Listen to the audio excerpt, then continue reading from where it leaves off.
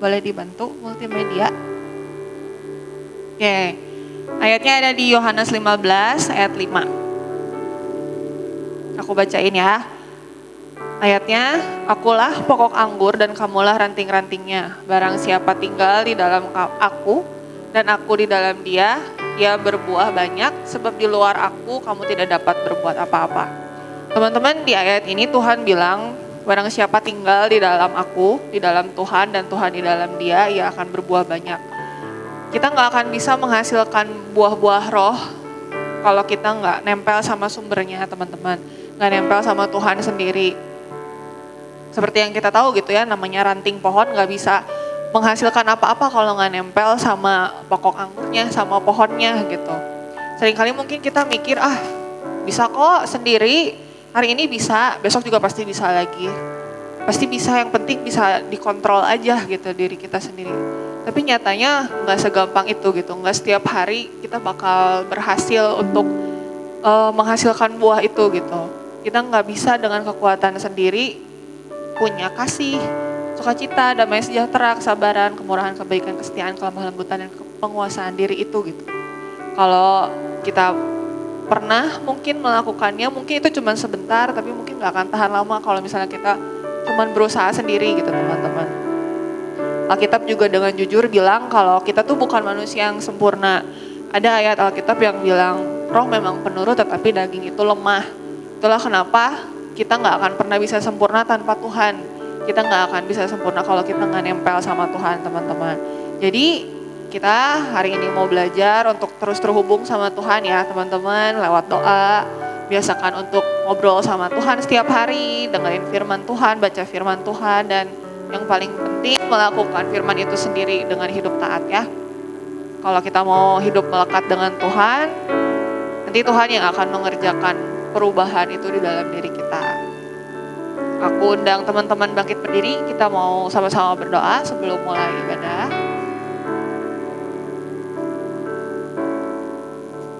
Bapak, kami mengucap syukur ya Tuhan untuk hari ini ya Bapak, kalau kami masih bisa berkumpul untuk beribadah ya Tuhan, di ibadah Teens hari ini.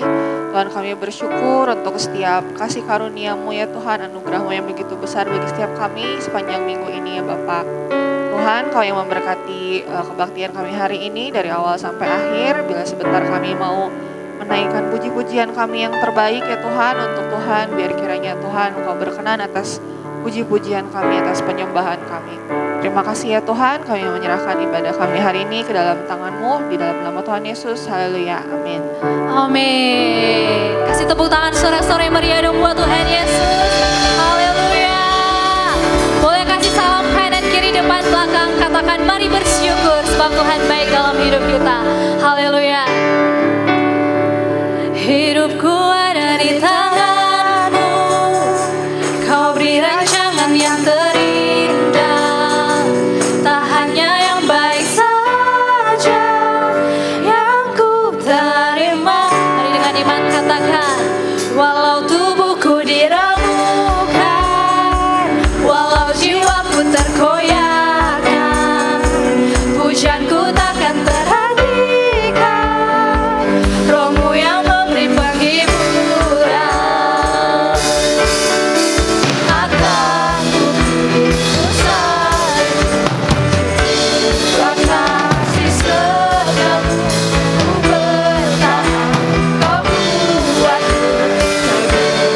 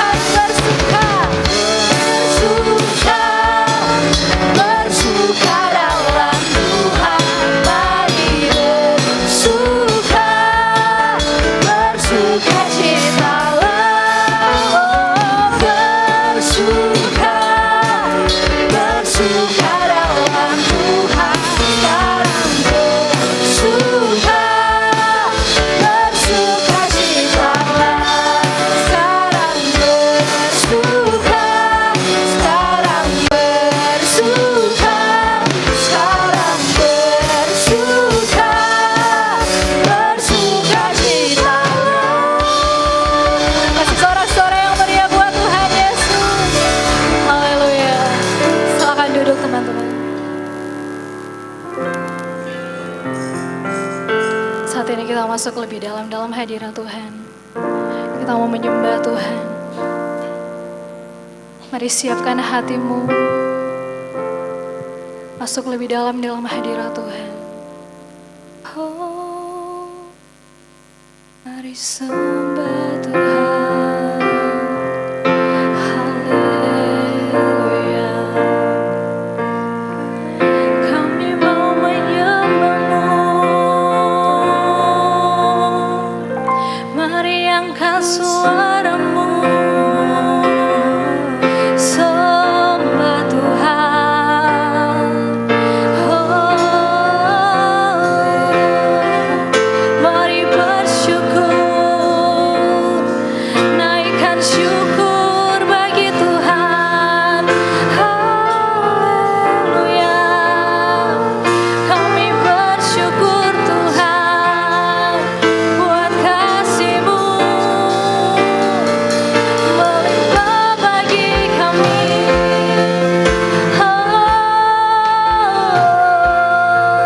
We worship You, Jesus. Mari lebih lagi menyembah Tuhan. Dia yang layak disembah, Dia yang layak ditinggikan. Yesus Tuhan, ini pujian kami, ini sembah kami Tuhan. Kami bawa Tuhan, syukur bagi-Mu.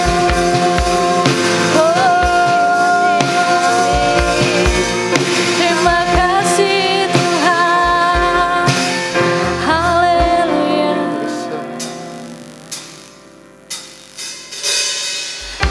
Kami bawa hati kami Tuhan. Kami bawa segenap hidup kami. Kami mau menyembah-Mu Tuhan. Oh, kami lebih lagi masuk dalam hadirat-Mu Yesus. Oh, Tuhan.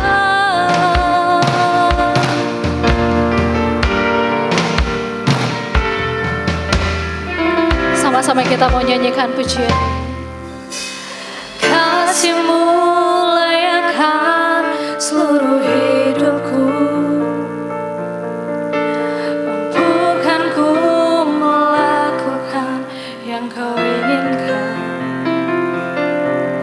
Tak bisa ku terlepas, Kau menggenggam tanganku.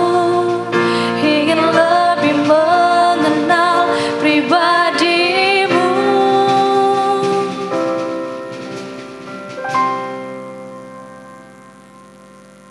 Ku terhubung denganmu, Yesus Tuhan. Selalu melekat di hati-Mu. Firman-Mu itulah dasar hidupku yang berdaulat atasku. Oh Tuhan. Lebih lagi sama-sama kita katakan, kasih-Mu, kasih-Mu layakkan seluruh hidupku. Amin Tuhan. Mampukanku melakukan yang Kau inginkan. Tak bisa ku terlepas, Kau menggenggam tanganku. Ingin lebih mengenal pribadi-Mu.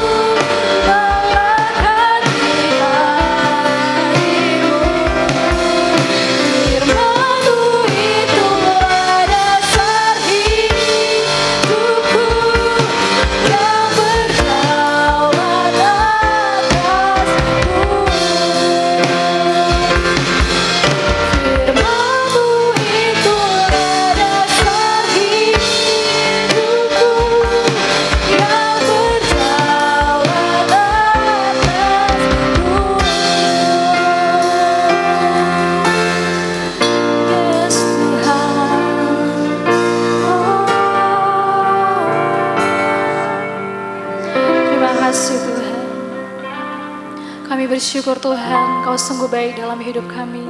Kami bersyukur buat penyertaan-Mu Tuhan, buat kasih-Mu Tuhan yang mengalir dalam kehidupan kami.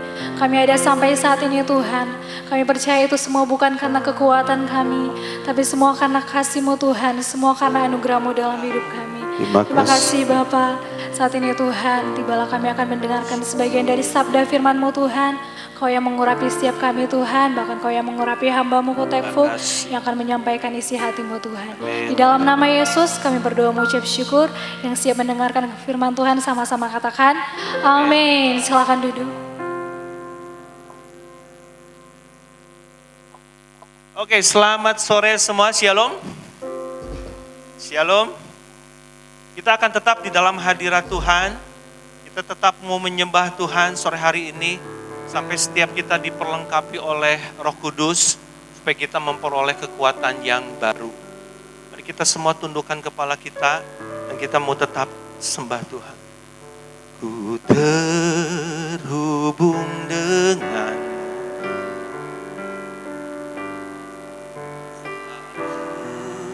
melekat di hatimu. Imanmu itulah dasar hidupku yang berdaulat atasku. Ku terhubung, ku terhubung,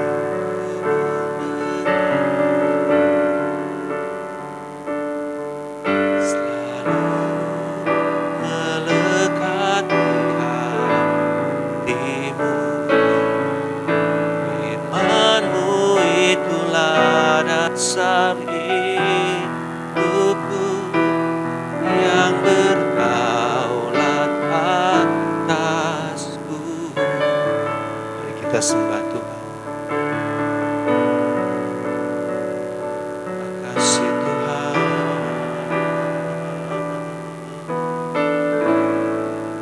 Mari setiap kita sembah Tuhan.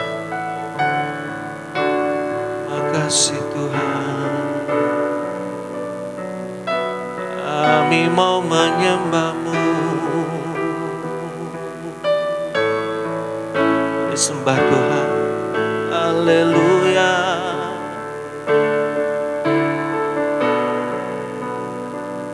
Kami mau menyembah-Mu.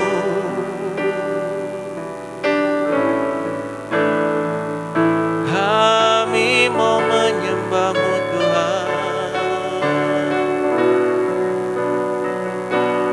Kami mau menyembah-Mu. Kami menyembah-Mu. Mari setiap kita sembah Tuhan. Mari senangkan Tuhan dengan pujian dan penyembahan kita sore hari. Haleluya. Kami mau menyembah-Mu Tuhan dengan segenap hati kami.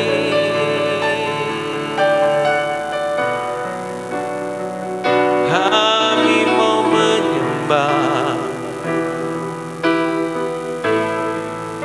Kami mau menyembah.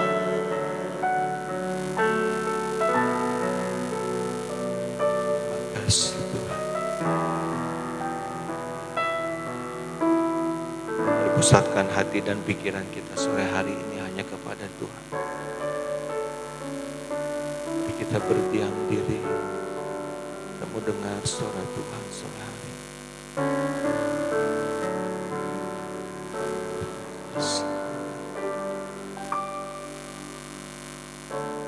Berbicara bagi kami Tuhan.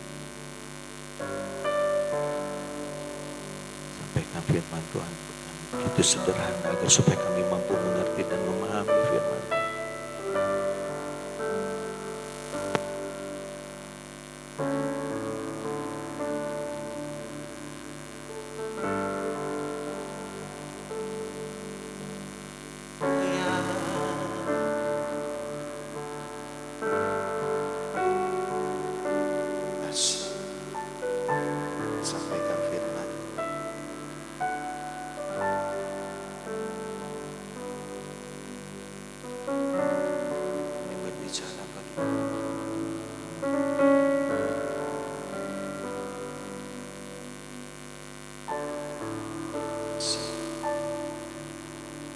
Mari urapi kami satu persatu dengan kuasa Roh Kudus-Mu, supaya kami mampu memahami, mengerti firman Tuhan.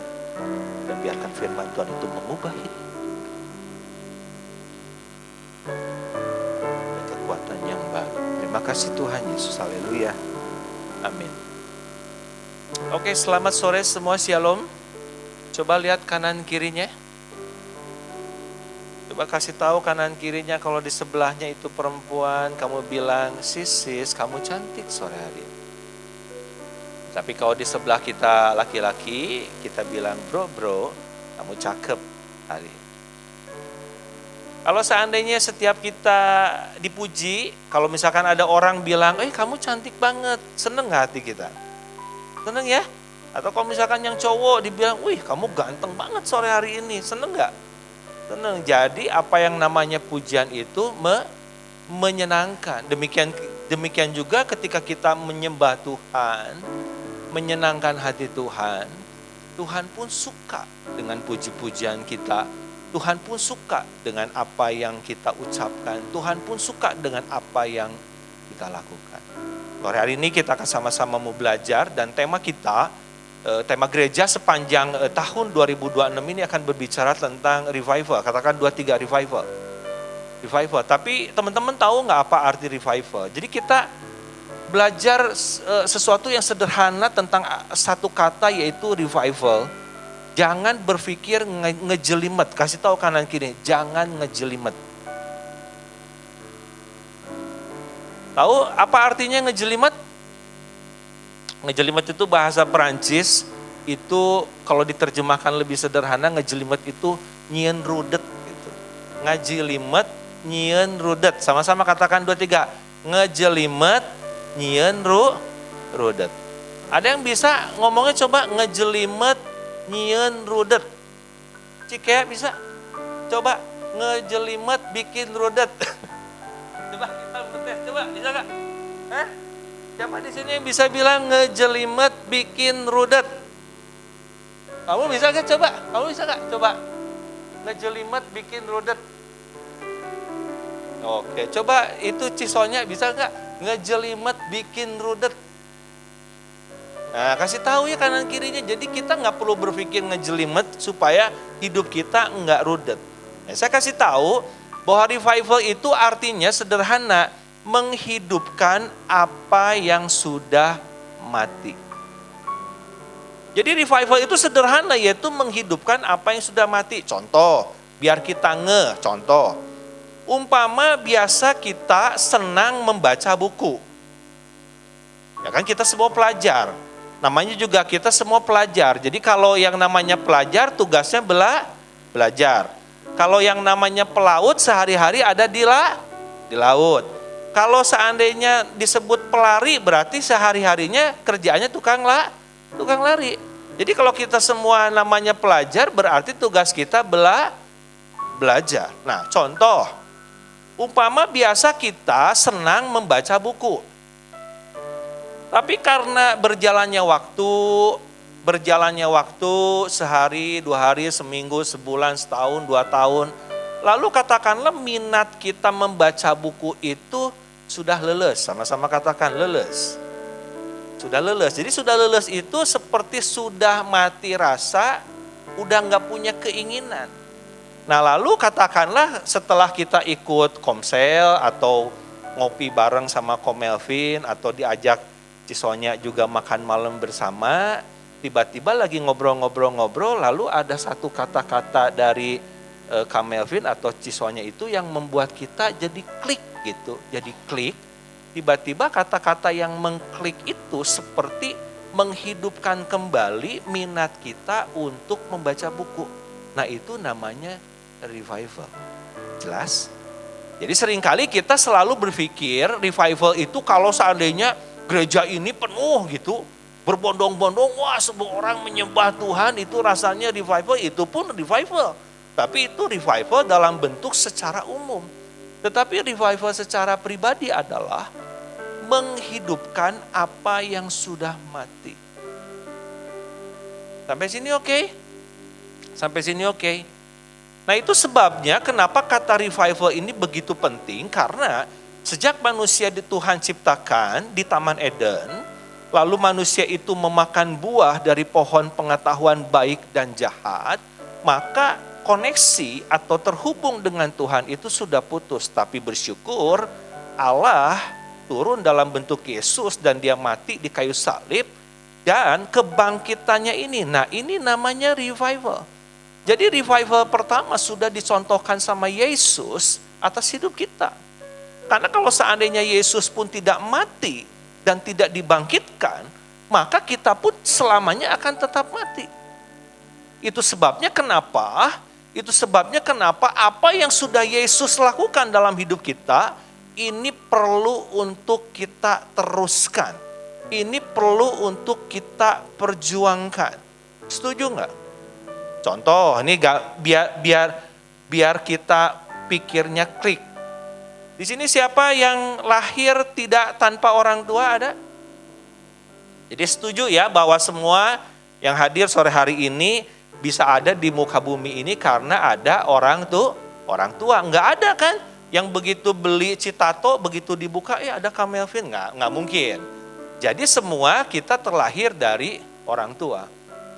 Nah, orang tua kita sudah memberikan apa yang terbaik dalam hidup kita, memberi makanan-makanan yang bergizi, menyekolahkan di tempat sekolah yang baik, memberikan contoh dan teladan hidup yang baik. Nah, tentunya apa yang sudah orang tua itu berikan di dalam hidup kita, maka orang tua berharap untuk kita meneruskan. Benar apa benar? Nggak pernah ada orang tua yang umpama, ini di sini anak saya ada tuh, Adrik ya. Apa yang bisa saya lakukan yang terbaik buat Adrik, pasti Kotek Fuk juga berharap Adrik mampu meneruskannya lagi. Itu sebabnya kenapa apa yang sudah Yesus lakukan perlu juga kita lakukan supaya kita tetap terkonek dengan Tuhan dan kita bisa melakukan apa yang Tuhan inginkan di dalam kehidupan kita. Mari kita sama-sama buka Alkitab kita di dalam Kisah Para Rasul. Ayat yang pertama sampai ayat yang ke-5. Ayat 1 sampai dengan ayat yang ketiga, sebelah kiri boleh semua berdiri.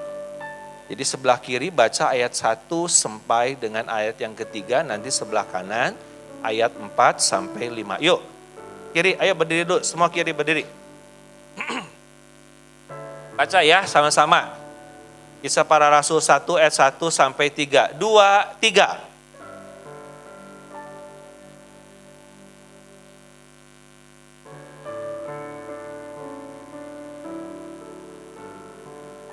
Dua.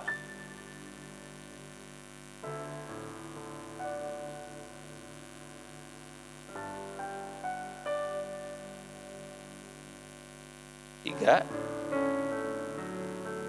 Kepada mereka ia menunjukkan dirinya setelah penderitaannya selesai dan dengan banyak tanda ia membuktikan bahwa ia hidup. Berulang-ulang menampakkan diri dan berbicara kepada mereka tentang kerajaan Allah. Oke, silakan duduk. Yang kanan, mari berdiri. Kita baca ayat 4 dan ayat yang 5. Yuk, semua berdiri. Ayat 4 dan 5. 2, 3. Pada suatu hari ketika ia makan bersama-sama dengan mereka meninggalkan Yerusalem dan menyuruh mereka tinggal di situ menantikan Bapa yang demikian katanya, "Telah kamu dengar daripadaku. Nah, bab Yohanes membaptis dengan air, tetapi tidak lama lagi kamu akan dibaptis dengan Roh Kudus." Silakan duduk. Dan saya akan kasih judul renungan kita sore hari ini dengan judul Faithfulness. Yuk sama-sama katakan 2, 3. Faithfulness. Faithfulness itu artinya kesetiaan. Nah, sebenarnya kitab penulis dari Kisah Para Rasul ini sebenarnya menjelaskan asal muasal dasar sebuah gereja atau dasar sebuah kekristenan, di mana murid-murid Yesus pada saat itu setelah bersama-sama dengan Yesus lalu melihat Yesus mati di kayu salib. Coba kita bayangin kalau seandainya setiap kita sudah bersama-sama dengan Yesus dan kita melihat banyak hal yang sudah Yesus lakukan dan yang membuat kita takjub dan kita mengatakan, wow, memang benar Yesus kita ini keren. Tapi tiba-tiba Yesus yang keren, tiba-tiba Yesus yang kita anggap sebagai seorang pahlawan itu ternyata mati di kayu salib.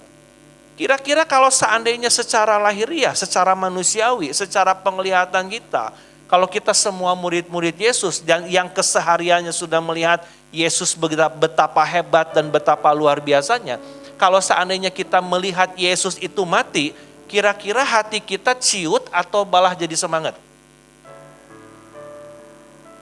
Kira-kira hati kita gimana?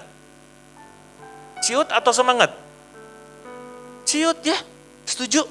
Karena Yesus yang sehari-hari berserta dengan kita, yang setiap hari melakukan hal-hal yang spektakuler, yang sehari-hari melakukan hal-hal yang amazing, dan kita melihat bahwa kita merasa tenang ada Yesus, ternyata Yesus yang kita anggap sebagai pahlawan, Yesus yang kita anggap sebagai orang yang luar biasa itu ternyata mati juga di kayu salib.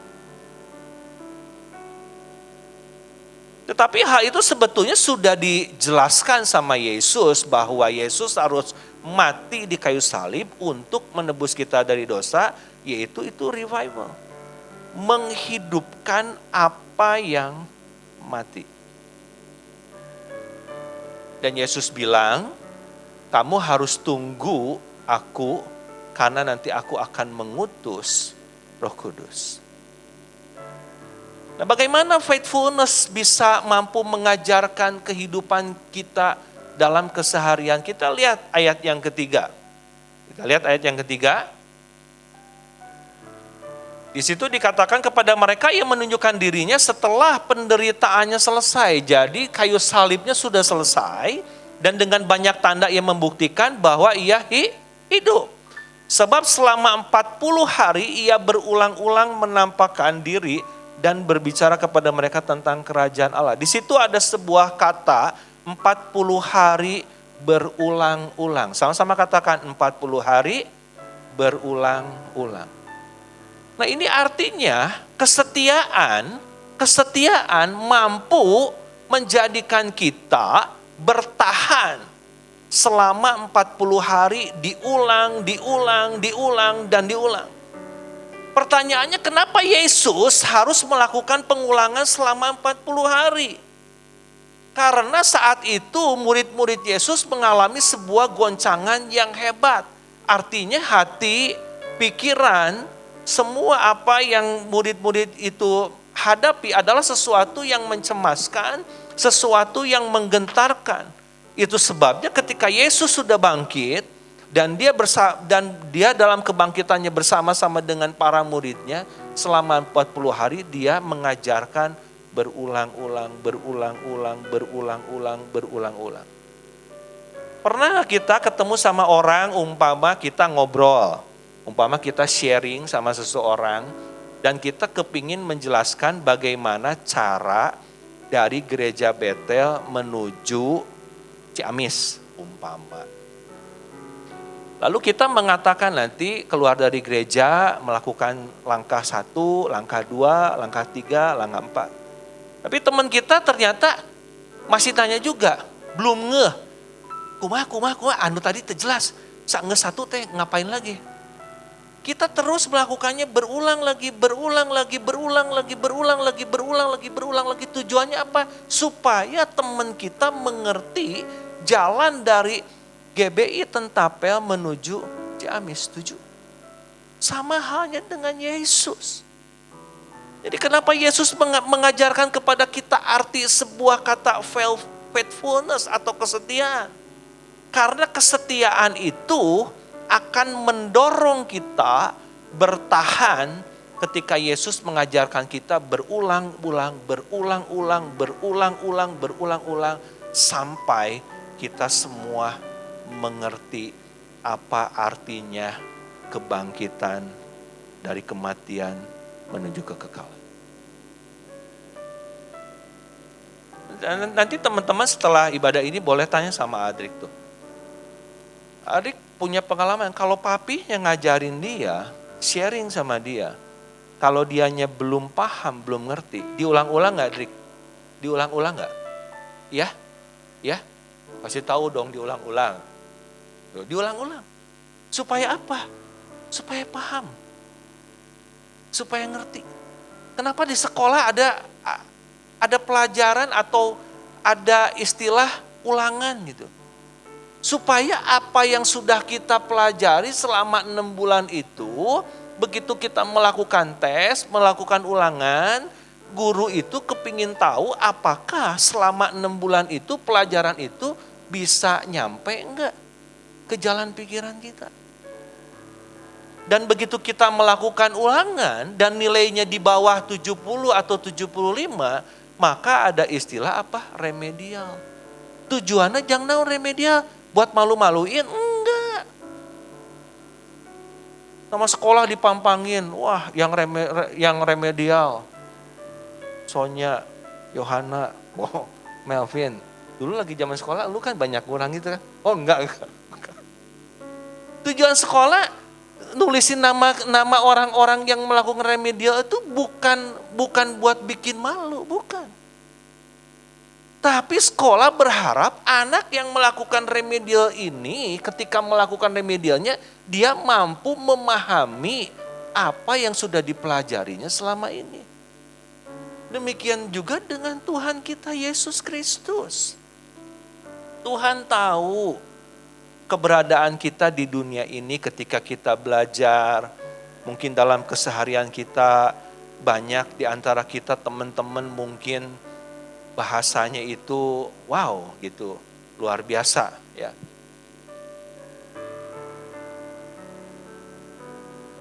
Mungkin banyak yang seperti itu, lalu atau mungkin di sekolah juga yang melakukan. Tuhan tahu. Kita menghadapi dan kita berada di dalam dunia yang rasanya ngomong kasar itu lumrah. Tidak ibadah itu sudah biasa. Enggak berdoa itu, ya memang semua orang juga enggak berdoa. Orang enggak ikut komsel juga ya sudah biasa. Tuhan tahu. Itu sebabnya yang Yesus mau ajarkan sore hari ini, Yesus mau setiap kita terhubung dalam sebuah kesetiaan.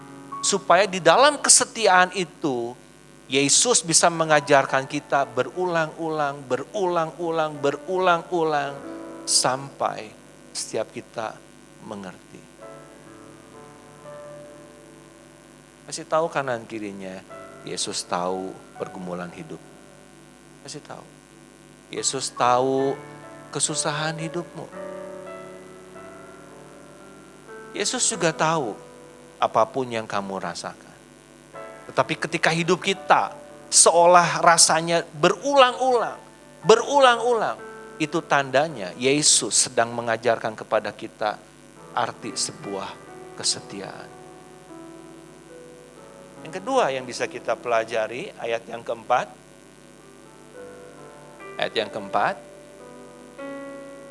Pada suatu hari ketika ia makan bersama-sama dengan mereka, ya jadi Yesus itu biasa makan-makan. Jadi setelah ibadah ini ya, Ko Melvin, Cisonya ajak teman-temannya untuk makan. Masih ada mambok kuliner di depan.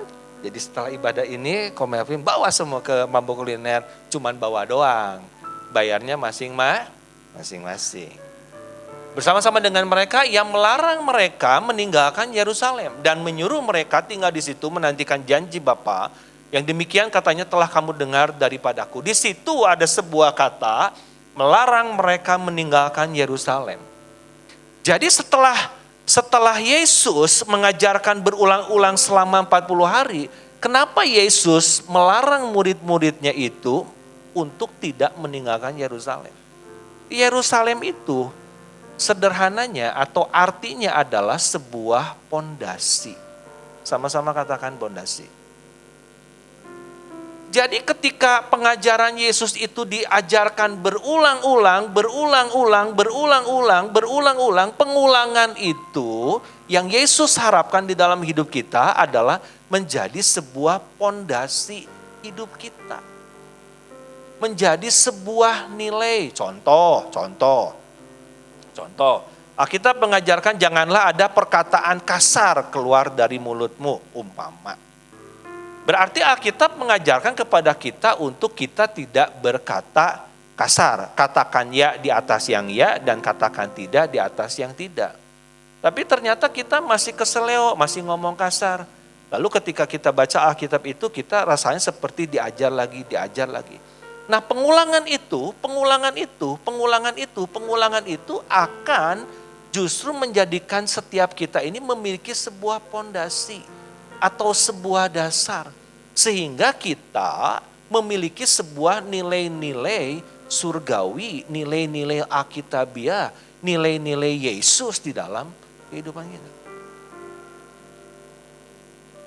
Jadi apa yang Yesus punya di dalam hidupnya, Yesus lemah lembut, Yesus itu kasih, Yesus itu memaafkan, maka nilai-nilai itu akan menjadi pondasi di dalam hidup kita.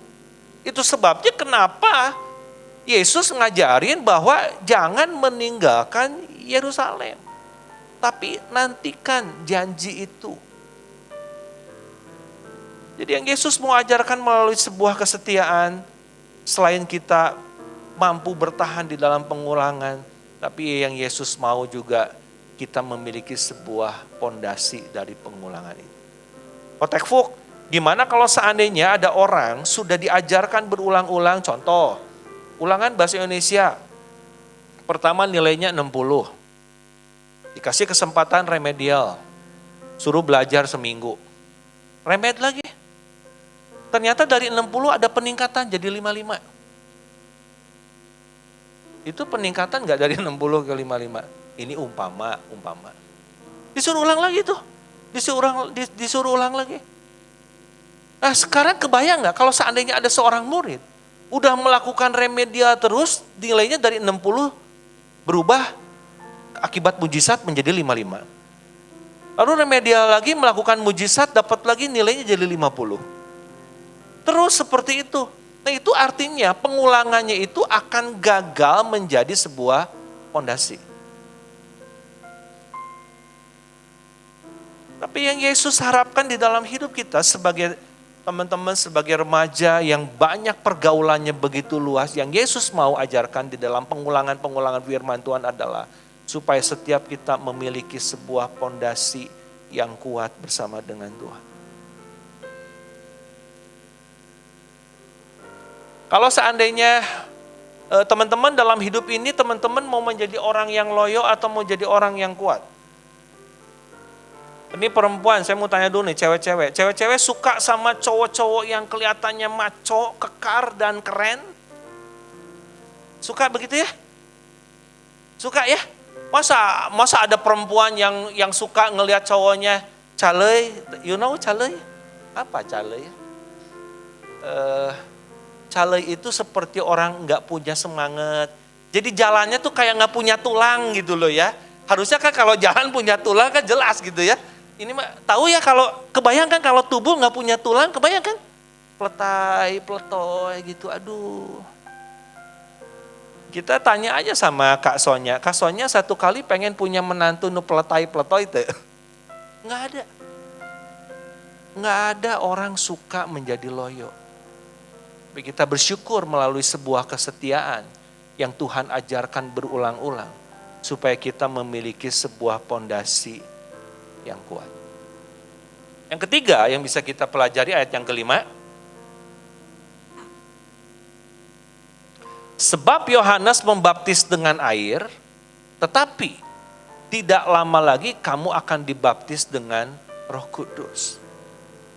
Yang ketiga, kesetiaan bukan hanya mampu membuat kita bertahan di dalam pengulangan, tidak hanya pengulangan itu menjadikan sebuah pondasi dalam hidup kita, tetapi kesetiaan itu akan Tuhan beri sesuatu pengalaman yang baru. Makanya dikatakan kalau Yohanes membaptis dengan air, tapi kamu akan dibaptis oleh Holy Spirit, oleh Roh Kudus. Artinya Yesus sendiri yang tadinya Yesus dalam bentuk manusia bersama-sama dengan murid-muridnya memiliki keterbatasan secara fisik. Tapi ketika Yesus dalam bentuk Holy Spirit, maka Holy Spirit itu akan masuk di dalam setiap kehidupan kita masing-masing. Dan Holy Spirit itu akan membawa kita kepada dimensi yang luar biasa. Sehingga setiap kita akan merasa tercengang, loh kenapa aku bisa melakukan ini?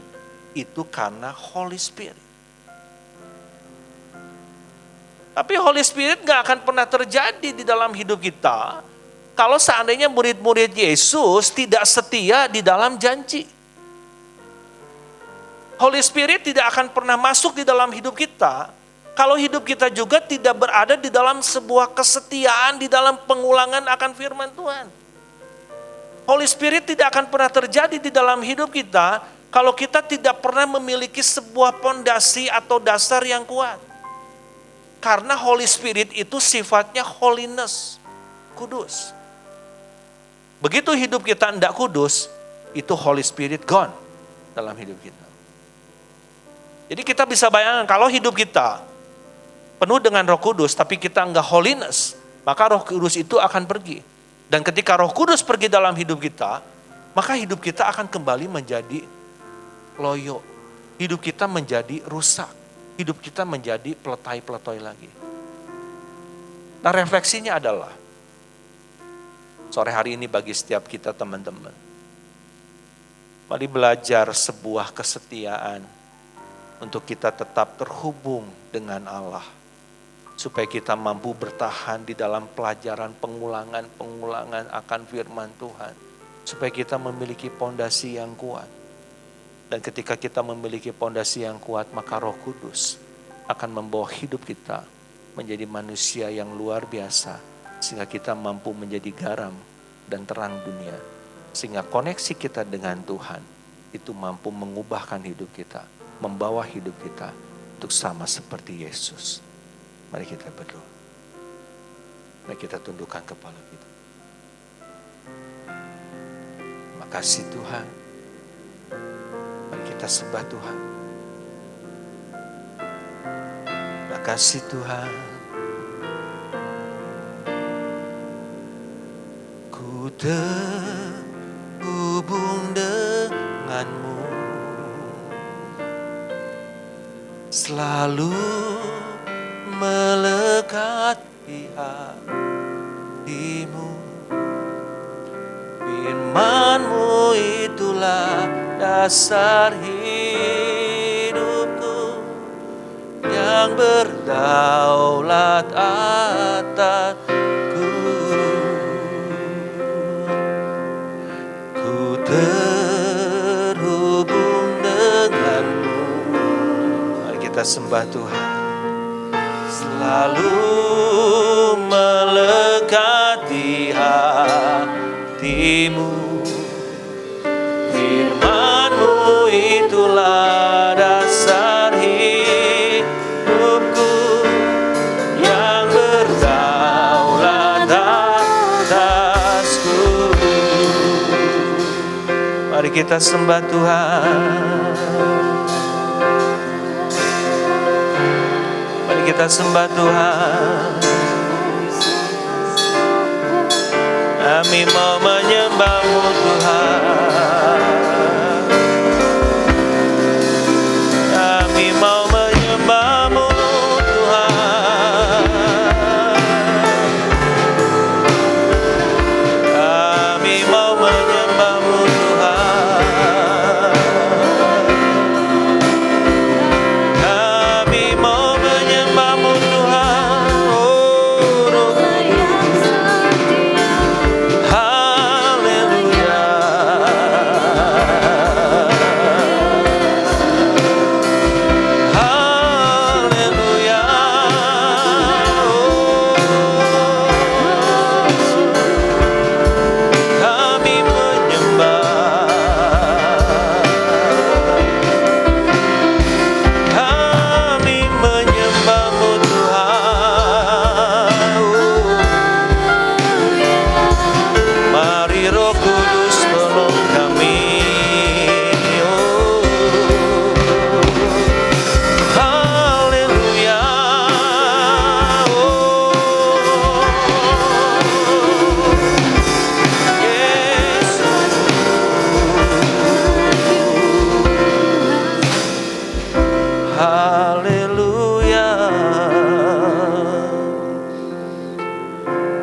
Bapa Surgawi, materaikan firman Tuhan di dalam setiap hati kami. Dan biarkan firman Tuhan itu mengulang-ulang di dalam hidup kami. Sampai kami memiliki sebuah pondasi yang kuat. Dan biarkan Roh Kudus itu tetap berada di dalam hidup kami. Agar supaya kami menjadi pribadi yang kuat. Kami menjadi saksi. Kami menjadi garam dan terang dunia. Dimanapun kami berada. Materaikan firman Tuhan di dalam hidup kami. Biarkan itu mengubah hati dan pikiran kami. Dalam nama Tuhan Yesus. Haleluya. Amin.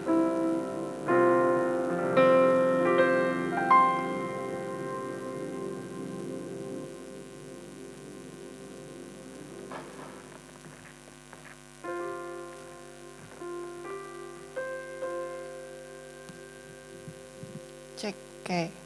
Diberkati oleh firman Tuhan semuanya. Amin. Oke, sebelum pengumuman, kita mau sama-sama siapin persembahan ya teman-teman. Silahkan siapkan dulu persembahannya. Kita mau sambil berdoa.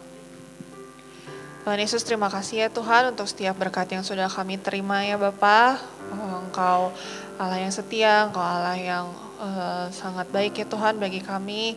Kami mau menyisihkan ya Tuhan sebagian dari apa yang kami punya dengan sukacita. Biarlah kiranya apa yang kami beri ya Tuhan boleh menjadi, boleh memperluas kerajaan-Mu ya Tuhan di tempat ini. Terima kasih Tuhan Yesus. Haleluya. Amin. Sambil persembahan, teman-teman aku mau sampaikan beberapa pengumuman. Yang pertama, buat Komsel, teman-teman udah ikut Komsel semua? Siapa yang kemarin udah ikut Komsel? Oke, yang belum Komsel ditunggu ya, nanti kita ada Komsel lagi hari Rabu tanggal 28 Januari, di minggu terakhir ya teman-teman. Buat teman-teman yang belum ikutan kemarin, kalau nggak ada halangan boleh datang ya teman-teman, hari Rabu tanggal 28 jam 6 sore di sini. Oke, nanti buat kelas 8 aku ingetin lagi ada Ko Melvin sama Cijena, terus kelas 9 ada Cisonya, kelas 10 sama aku, kelas 11 sama Karosa, kelas 12 sama Ko Marcel ya teman-teman. Terus untuk teman-teman yang udah melayani, mau melayani di teens ataupun di bidang yang lain, ada beberapa kan yang pelayanan di sekolah minggu juga ya. Nah teman-teman, aku ingetin lagi untuk ikut SBP ya, untuk ikut sepakat bersama pekerja di tanggal 23 Januari hari Jumat. Jadi ini wajib untuk teman-teman yang udah melayani ya. Kalau misalnya nggak ada halangan silahkan datang. Nah terus untuk SMK itu akan dimulai lagi nanti tanggal 20 Januari teman-teman. Ada kelas berakar sama bertumbuh. Kalau teman-teman ada yang belum ikut SMK yang berakar boleh ikut. Kalau yang udah ikut berakar boleh lanjut ke SMK yang bertumbuh. Nanti kalau misalnya ada yang mau daftar boleh hubungi Ko Melvin atau Cisonya ya. Terus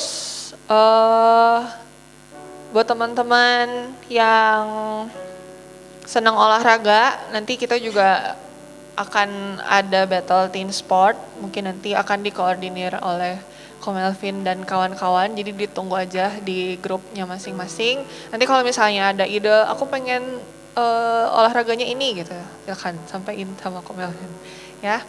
Terus selanjutnya kita juga ada battle teens prayer box teman-teman. Nah, mulai hari kemarin, hari Rabu apa hari Kamis di Instagram, teman-teman boleh nanti lihat ke profile Battle Teens. Nanti di situ udah di highlight ada prayer box. Nah di situ nanti teman-teman bisa diklik link Google Formnya. Kalau misalnya teman-teman punya pergumulan, punya harapan yang mau dibantu doa, bisa diisi di situ.